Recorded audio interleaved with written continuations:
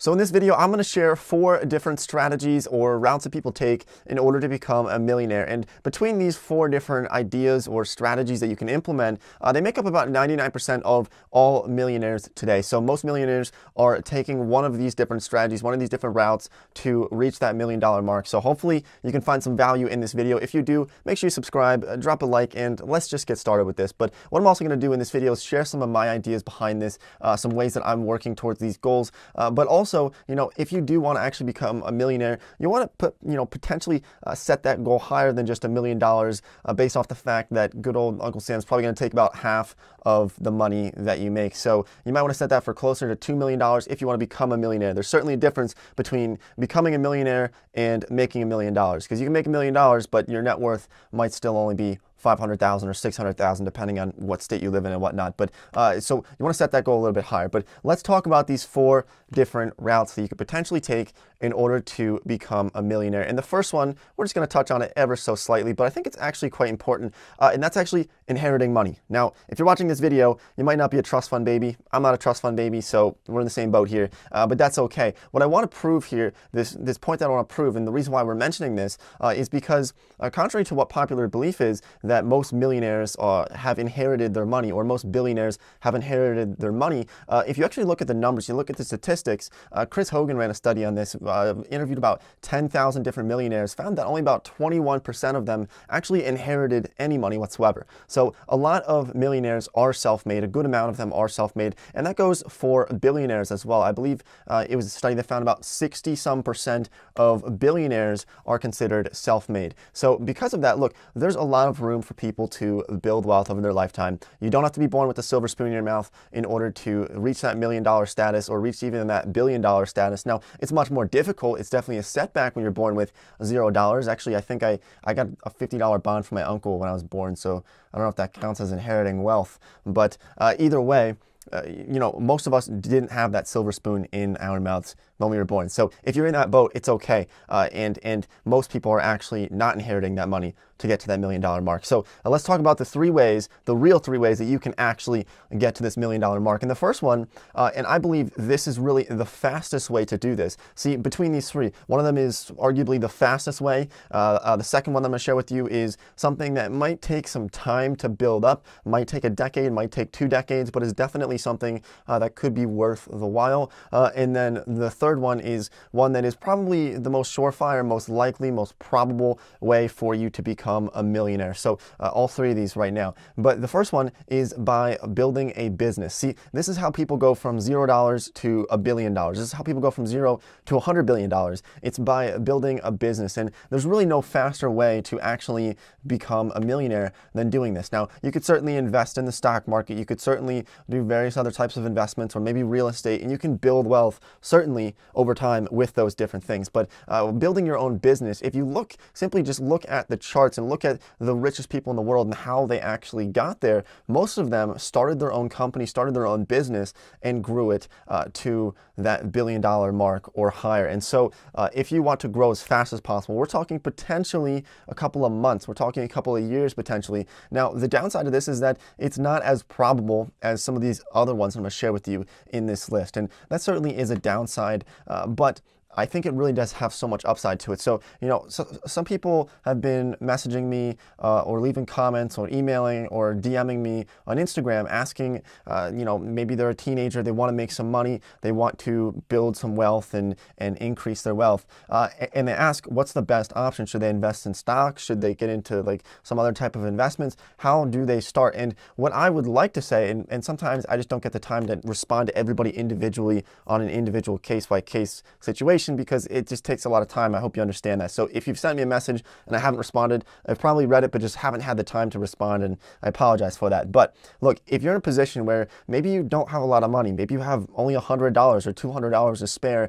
and you want to find a way to increase your income or build wealth, I think the best strategy, I really do believe this, is to start your own business. And look, you don't have to be the next Mark Zuckerberg. You don't have to start Snapchat or create your own MySpace or Facebook. You don't have to go huge like that, right? you can create a simple cash business like a lawn care business. I've talked about it so many times, but this is what I did when I was a teenager, and it worked out very well to just get from maybe a couple $100s to $20, $30, or $40,000, at which point then it could make more sense to maybe look into real estate, maybe look into investing in the stock market. But I'll give you a primary reason for why you want to start a business or something that can really generate a lot of cash up front when you're younger, when you're starting with a smaller amount of money. See, if you try to build wealth and become a millionaire starting with $100, now if you go the business route, you have potential of huge upside with very little potential of losing, because the most you're going to lose is $100 if you start your business with $100. But imagine if you took this $100 and put it into, say, the stock market, and you could get, say, a 10% return. Maybe you could get a 15% return per year. Average that because you're a stock market wizard, you're very smart, and you can net a 15% annual return on that money. Well, after a year of investing $100, you're going to have made probably about $15. That's barely enough to buy a couple Big Macs at McDonald's. So you see the problem there, where when you're starting with a smaller amount of money, it's hard to actually invest that. You can't buy a house with $100. You can only buy a couple shares of stock, potentially, maybe not even one share of stock with $100. And so because of that, it's hard to actually grow, because percentage-wise, it could be nice, but the actual amount of money that you're gaining on those investments, those small investments, it's just not really worth it, in my opinion. And that's why, if you've been watching this channel for some time, you've probably noticed how I've really talked about the stock market a lot in the past, especially last year, about 18 months ago, leading up to maybe a few months ago.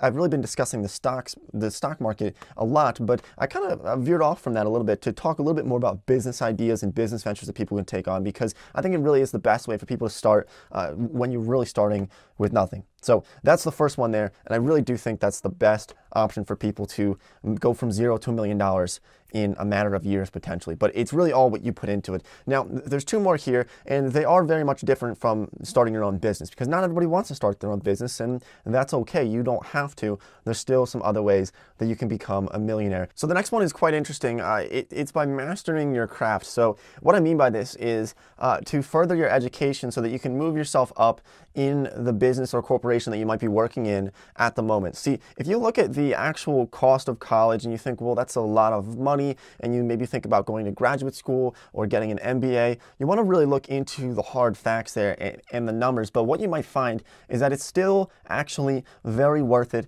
to go to college and to get something like an MBA.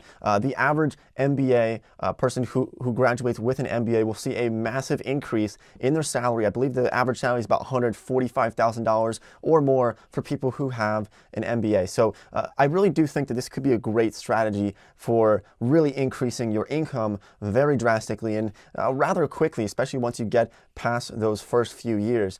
That's why the average CEO of a large corporation is making about $15 million per year. Now, it's certainly a lot of tasks that you have to bring on, but if you can work your way up through the system, you can certainly see a very large pay increase without having to start your own business, but just working your way up through the ranks in a corporation. So, if you're starting off as a janitor somewhere and you want to work your way up to CEO, it's certainly possible without schooling, but if you really want to be making millions of dollars per year, you might want to consider somehow finding a way to reinvest the money that you're making and put it into an education, a formal education, to work your way up through the ranks. It's hard to do that as someone who maybe dropped out of college and trying to work your way up through the ranks in a corporation that's already very well established. It's going to be a little bit difficult. So getting that formal education, if that's the route that you want to do to climb the corporate ladder, it certainly is something that's available to people and something that you may want to consider exploring. But a lot of that is self-explanatory, so we don't have to get too into detail with that. And the final one here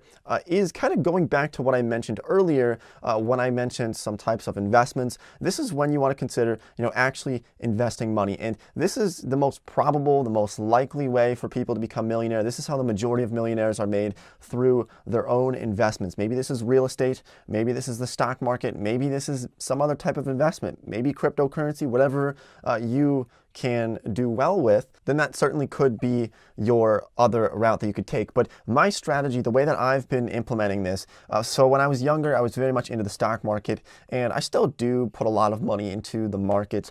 But the different route that I've been taking a little bit more is actually the money that I'm making, I'm investing it into businesses. I'm investing into my own business and working towards growing it because I think I personally have more control over it, but also the ability or at least I believe, I have the ability to grow my investment by putting it into myself faster than what the average stock market might grow at about maybe 7 to 10% per year. So by doing that, that's my strategy. Now, once you get enough money, it makes a lot more sense to throw more money into mutual funds, throw more money into stocks and various other types of investments like bonds or CDs or anything else that you could think about. But the reason why I'm not going all in on those at the moment is because when you just look at the numbers here, look, let's say that you have $100, like we mentioned earlier, you have $100. Now you could put this $100 into a business, or you could put it into an investment, say the S&P 500, right?